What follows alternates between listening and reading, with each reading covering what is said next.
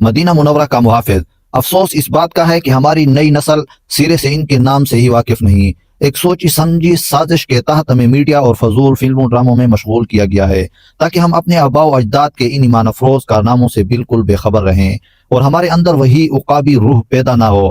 اب وقت آ گیا ہے کہ ہم دوبارہ اپنے ان اسلاف کو زندہ کریں جو اللہ تعالیٰ اور حضور پاک صلی اللہ علیہ وآلہ وسلم کے نام پر مر مٹیں۔ اپنے بچوں کو اس قسم کے واقعات سے ان کی تربیت کریں تاکہ دشمنان اسلام کو ایک بار پھر فخر الدین پاشا کا سامنا کرنا پڑے۔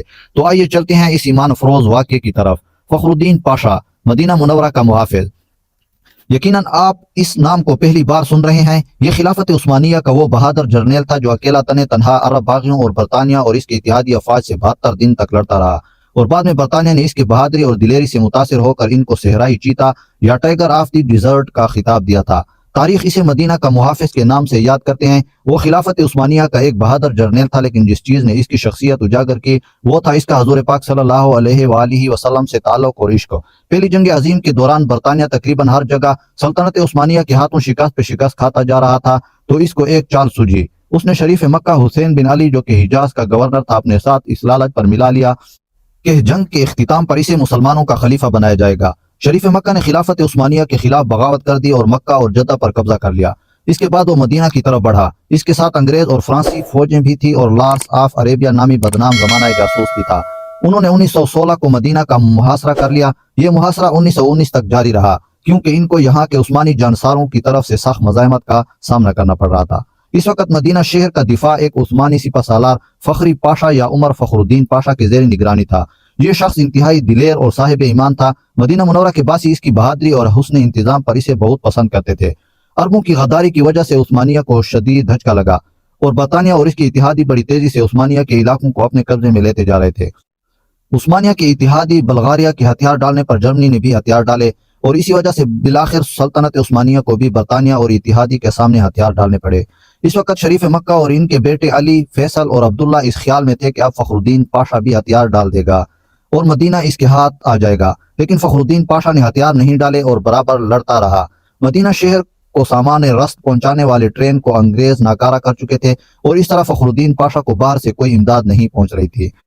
محاصرہ کے دوران مدینہ پر 130 بار حملہ کیا گیا اور 30 اپریل 1918 کو مدینہ کی مقدس سرزمین پر 300 بم برسائے گئے۔ کھانے پینے کی چیزیں ختم ہو چکی تھی اور فخر الدین پاشا اور اس کی فوج ٹیٹے کھاتے رہے، لیکن ہتھیار نہیں ڈال رہے تھے، اس لیے کہ اس کو خواب میں حضور پاک صلی اللہ علیہ وآلہ وسلم نے حکم دیا تھا کہ ہتھیار نہیں ڈالنا۔ ایک ترک مصنف لکھتا ہے، ایک مرتبہ 1918 میں جمعہ کے دن فخر الدین پاشا مسجد نبی میں نماز کے دوران خطبہ دینے ممبر کی سیڑھیوں پر چڑھنے لگا تو آدھے ہی رستے پر رک گیا اور اپنا چہرہ حضور پاک صلی اللہ علیہ وآلہ وسلم کے روضہ مبارک کی طرف کرتے ہوئے عرض کیا، اے اللہ تعالیٰ کے رسول صلی اللہ علیہ وآلہ وسلم، میں آپ کو کبھی نہیں چھوڑوں گا۔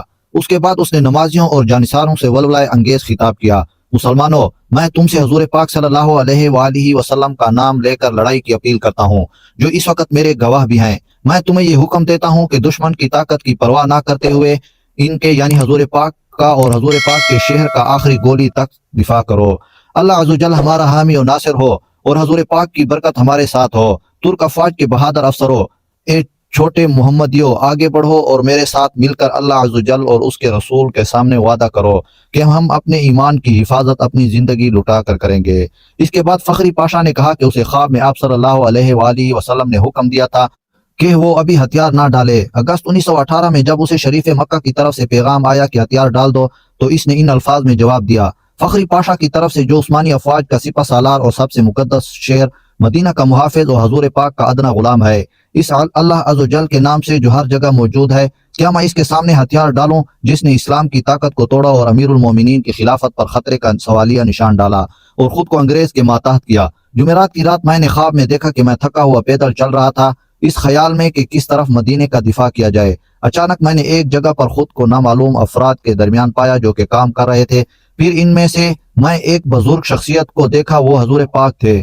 انہوں نے اپنا بایاں ہاتھ میری پیٹھ پر رکھا اور مجھ سے تحفظ کا احساس دلانے والے انداز میں کہا، میرے ساتھ چلو۔ میں ان کے ساتھ 3-4 قدم تک چلا اور پھر بیدار ہو گیا۔ میں فوراً مسجد نبی گیا اور یعنی ان کے روضہ کے قریب اپنے رب کے حضور سجدے میں گر پڑا اور اللہ عز و جل کا شکر ادا کیا۔ اب میں حضور پاک کی پناہ میں ہوں جو میرے سپہ سالار اعلیٰ ہیں۔ میں مدینہ کی عمارتوں، سڑکوں اور اس کی حدود کے دفاع میں دل و جان سے مصروف ہوں۔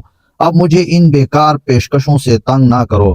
30 اکتوبر 1918 کو سلطنت عثمانیہ نے ہتھیار ڈال دیے اور وزیر جنگ نے فخری پاشا کو پیغام بھیجا کہ ہم نے معاہدہ کر کے ہتھیار ڈال دیے ہیں، اب تم بھی ہتھیار ڈال دو۔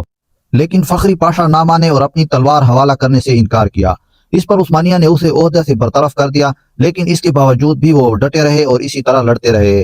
اسی طرح جنگ ختم ہونے کے باوجود یہ صحرائی چیتا، یہ عاشق رسول صلی اللہ علیہ وآلہ وسلم 72 دنوں تک اکیلے عرب باغیوں اور برطانیہ اور اس کے اتحادیوں سے لڑتے رہے اور اپنے چھوٹے سے دستے سے مدینہ کی حفاظت کرتے رہے۔ آخرکار اس کے اپنے ہی ساتھیوں نے تنگ آ کر خود اس کو پکڑ کر دشمنوں کے حوالے کر دیا۔ یوں 2 فروری 1919 کو شریف مکہ کے بیٹے علی اور عبداللہ شہر مدینہ میں داخل ہوئے اور 12 دنوں تک شہر نبی صلی اللہ علیہ وآلہ وسلم میں لوٹ مار کرتے رہے۔ 4850 گھروں کو جن کو فخر الدین پاشا نے تالے لگوائے تھے انہیں توڑ کر لوٹ لے گئے۔ فخر الدین پاشا نے 2 سال مالٹا میں قید میں گزارے۔ 1921 کو رہائی ملنے کے بعد وہ دوبارہ ترکی فوج میں شامل ہوئے اور یونان اور فرانسیوں کے خلاف جنگیں لڑیں۔ اس کے بعد وہ افغانستان میں ترکی کے سفیر رہے۔ 22 نومبر 1948 کو دل کا دورہ پڑا اور اپنے خالق حقیقی سے جا ملے۔ ان کی خواہش کے مطابق انہیں استنبول میں دفن کیا گیا۔ اللہ عز و جل آپ کی قبر کو نور سے بھر دے۔ افسوس اس بات کا ہے کہ ہماری نسل سرے سے ان کے نام سے واقف نہیں۔ ایک سوچی سمجھی سازش کے تحت ہمیں میڈیا اور فضول فلموں ڈراموں میں مشغول کیا گیا ہے تاکہ ہم اپنے آباء و اجداد کے ان ایمان افروز کارناموں سے بالکل بے خبر رہیں اور ہمارے اندر وہی عقابی روح پیدا نہ ہو۔ اس جرنیل کی داستان پڑھنے کے بعد شاید ہر کوئی خواہش کرے کہ کاش اس کی جگہ وہ خود ہوتا اور اسے حضور پاک صلی اللہ علیہ وآلہ وسلم کی طرف سے اسی طرح حکم مل پاتا۔ اب وقت آ گیا ہے کہ ہم دوبارہ اپنے ان اسلاف کو زندہ کریں اور اللہ تعالیٰ اور حضور پاک کے نام پر مر مٹیں۔ اپنے بچوں کو اس قسم کے واقعات سے ان کی تربیت کریں تاکہ دشمنان اسلام کو ایک بار پھر فخر الدین پاشا کا سامنا کرنا پڑے۔ اللہ عز و جل ہم سب کا حامی و ناصر ہو، آمین ثم آمین یا رب العالمین۔ امید ہے ویڈیو آپ دوستوں کو ضرور پسند آئی ہوگی۔ مزید اسلامی واقعات، احادیث اور اسلامی تاریخی قصے کہانیوں کے لیے ہمارے چینل کو ضرور سبسکرائب کر لیں۔ اللہ تعالیٰ کی حفظ و امان میں رہیں۔